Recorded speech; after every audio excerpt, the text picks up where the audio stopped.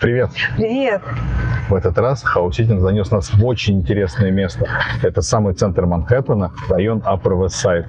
Этот район считается очень популярным для проживания, потому что он расположен между Центральным парком и парками реки Гудзон.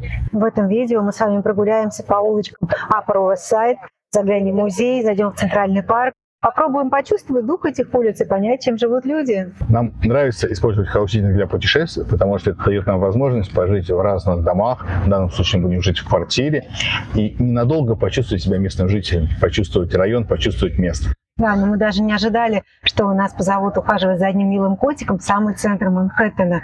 Здесь предложений не так много по хаус-ситингу, поэтому, конечно, воспользуемся этой возможностью и будем гулять по Манхэттену, покажем его вам.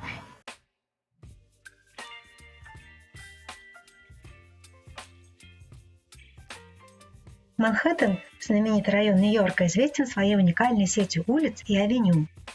Широкие авеню идут практически параллельно друг другу, и такой план застройки был принят в начале XIX века для свободной и обильной циркуляции воздуха. Ну и потому еще, что строить прямоугольные дома на перпендикулярных друг другу улицах дешевле всего. И вот эти величественные многоквартирные дома довоенной эпохи украшают собой авеню.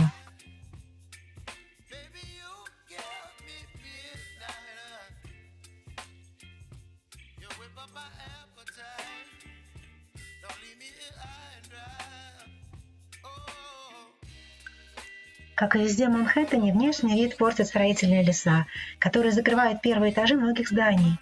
Из-за бюрократических и финансовых процедур по строительству и реставрации фасадов владельцы зданий могут оставлять строительные леса на долгие месяцы. Между авеню находятся уютные улицы. Они создают сеть маленьких кварталов со своими магазинами, офисами, ресторанами.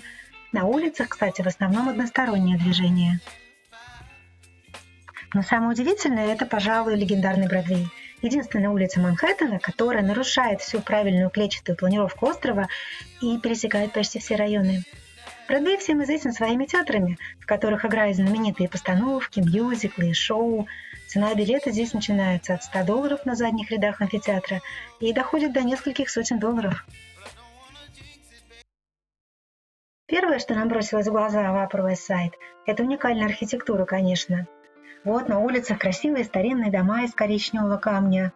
Район отличается от остальной Америки своими мансардными крышами и декоративными элементами, которые делают его таким уютным и милым. Вообще в этой части Манхэттена долгое время были фермы и деревни, и из-за сельского характера район медленно превращался в современный город. Поэтому, когда один девелопер в конце XIX века купил участок земли на 72-й улице у Центрального парка и построил роскошный жилой дом, его высмеяли, и дом назвали Дакота, потому что он находился так же далеко от фешенебельной части Нью-Йорка, как и Дакота. В Манхэттене высокая плотность населения, а пространство ограничено, и поэтому часто площадь апартаментов здесь небольшая, а арендная плата, наоборот, высокая. Мы будем жить в One Bedroom Apartment в нескольких кварталах от Центрального парка, знаменитых музеев, бродвейских театров и культурной городской жизни. В этой квартире балкон выходил в колодец внутреннего двора, но зато не было шума с улиц. Судя по бытовым мелочам, хозяин квартиры работает не меньше 70 часов в неделю и просто не успевает вести хозяйство. Еду не готовит, а заказывает готовые блюда или ходит в рестораны. Чайника или кофемашины нет. В доме нет стиральной машины, но зато на улице много прачечных. Вместо живых растений в горшках здесь искусственные цветы. То есть модель жизни здесь такая. Люди много работают и много зарабатывают, у них нет времени заниматься домом, и все бытовые вопросы, стирка, уборка, приготовление еды, все отдано на аутсорсинг. Но без домашних животных людям никак, и поэтому мы здесь. Ухаживать за котиком совсем не сложно и не отнимает много времени. А главное, что ему нужно – TLC – забота и внимание. Это мы совмещаем хаус-ситинг с удаленной работой. Мы ехали сюда на метро без машины, потому что город не предложит вам свободную парковку на улице там, где вы захотите. Места для машин почти нет, и здесь популярны подземные паркинги, но они совсем не дешевые. Однако в выходные в некоторых районах парковка бесплатная.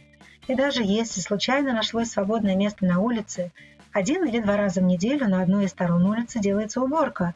О времени и дне уборки говорят дорожные знаки, и машину на это время нужно куда-то переставить. Оказалось, что в выходные на некоторых улицах ярмарки. Здесь можно перекусить, купить украшения, картины, вещи и много всего другого. В Upper West Side есть несколько парков, что выгодно отличает его, например, от даунтауна. Мы пошли гулять в Центральный парк и сразу поняли, что сюда лучше ходить в будни. В выходные здесь настоящее столпотворение. Велосипедисты, бегуны, люди с собачками и без собачек, концерты, свадьбы или просто отдых на лужайке с видом на небоскребы.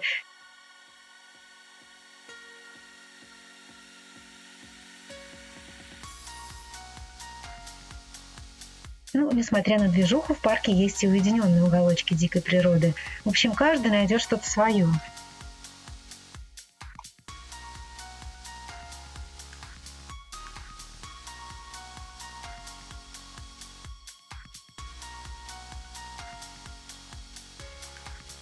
А южная граница района проходит у Линкольн-центра. Это один из ведущих культурных центров мира, где проходят разнообразные выступления, начиная с оперы и балета и заканчивая концертами классической музыки. А с севера район ограничивается Columbia University. Это один из наиболее авторитетных старейших университетов Америки. Он, как и другие университеты Лиги Плюща, знаменит высоким качеством образования, традициями и большим количеством научных исследований мирового уровня. О нем мечтают десятки тысяч абитуриентов. Однако студентами становится только 4%. Вот такой вот жесткий отбор. Рядом находится красивый кафедральный собор. Между прочим, 6-й в мире по площади готический собор.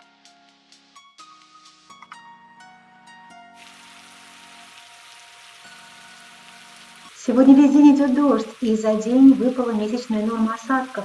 И в Нью-Йорке даже объявлен режим чрезвычайной ситуации. Нам пришло сообщение о том, что некоторые районы потоплены, в Бруклине, в частности, какие-то улицы затоплены. Но мы находимся в нескольких блоках от музея, Американского музея естественной истории, и поэтому мы войдем туда. Кстати, похоже, что все туристы, застигнутые врасплох дождем, тоже решили пойти в этот музей. У обладателей Нью-Йорк Сити Карт здесь большая скидка на билет. Нам повезло в этом. Музей действительно интересный. Это тот самый знаменитый музей из фильма «Ночь в музее». На 4 этажах развернуты потрясающие экспозиции, и видно, что она составлена с любовью и очень качественно. Здесь видишь фрагменты всех регионов планеты, и можно провести не один день, изучая все это. Так что очень рекомендуем его посетить.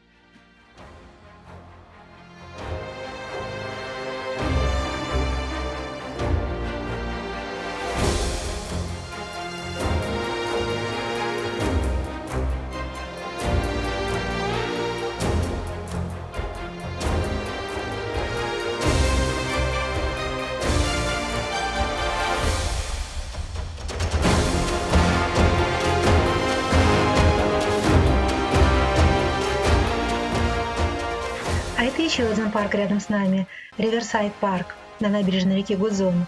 Здесь проходит часть пешеходного и велосипедного маршрута вокруг набережной Манхэттена длиной 32 мили. Поэтому люди здесь вот этим и занимаются, ходят пешком и ездят на велосипедах. Вообще мы давно заметили, здесь много занимаются спортом и поддерживают себя в хорошей форме. Мы поняли, что дух этого города – это хорошая работа, учеба в престижных университетах и насыщенная культурная жизнь.